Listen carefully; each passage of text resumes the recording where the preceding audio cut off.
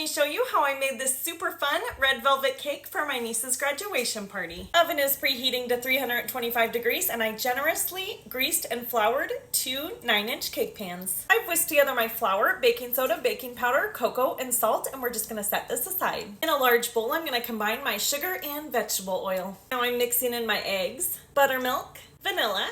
So the recipe calls for food coloring and all I had was food gel, so I'm going to use quite a bit less. I have 2 different colors of red. I have red rouge and deep red, so I'm going to use half teaspoon of each because I think it's going to make the perfect color. Just look at that gorgeous red color. And we're adding our hot coffee and distilled white vinegar. I'm going to combine the wet ingredients with my dry ingredients a little at a time, mixing in between each addition, just until combined. Pour your batter evenly into your prepared pans. We're going to bake at 325 for 30 to 40 minutes. You want a toothpick inserted in the center to come out with moist crumbs clinging to it. Don't overbake because it's gonna continue to cook as it cools. Now that they're warm and no longer hot to the touch, we're gonna go ahead and remove them. You can just slide a knife around the side to make sure it comes out easily. Now I'm gonna cool completely on the wire rack. I froze my cake layers overnight and now it's time to assemble that cake. We're gonna get to work on this frosting by creaming together our butter and cream cheese. I'm gonna add in that vanilla. Now I'm gradually mixing in that sifted powdered sugar. I'm gonna start assembling my cake by adding my frosting.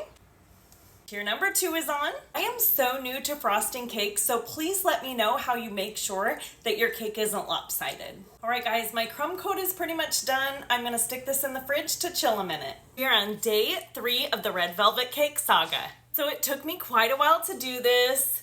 And we basically did the swirl pattern here. And I sprayed the top with a little bit of that iridescent glitter spray. Edible, of course. I do notice that you can kind of see the red in some spots. So maybe it is just a little bare, but we're just gonna work with what we have. I've only done a few cakes, so any tips are greatly appreciated. It took me forever to get this straight and frosted. Now for the red velvet crumbs on the side, I took my leftover cake and I stuck it in a 250-degree oven and turned it every 5 minutes. Took about 20 to 30 minutes for them to be nice and crisp. Now I'm gonna go ahead and grind that up in my food processor. So I ground that up into finer crumbs and look how gorgeous the red color is. I'm excited to get it on the side of the cake. Okay, I ended up doing the big dollops on top with a little bit more of that crumb there, and it is ready for the graduation party. Just one final touch, I'm gonna put the topper on. And there you have it, this super fun red velvet cake.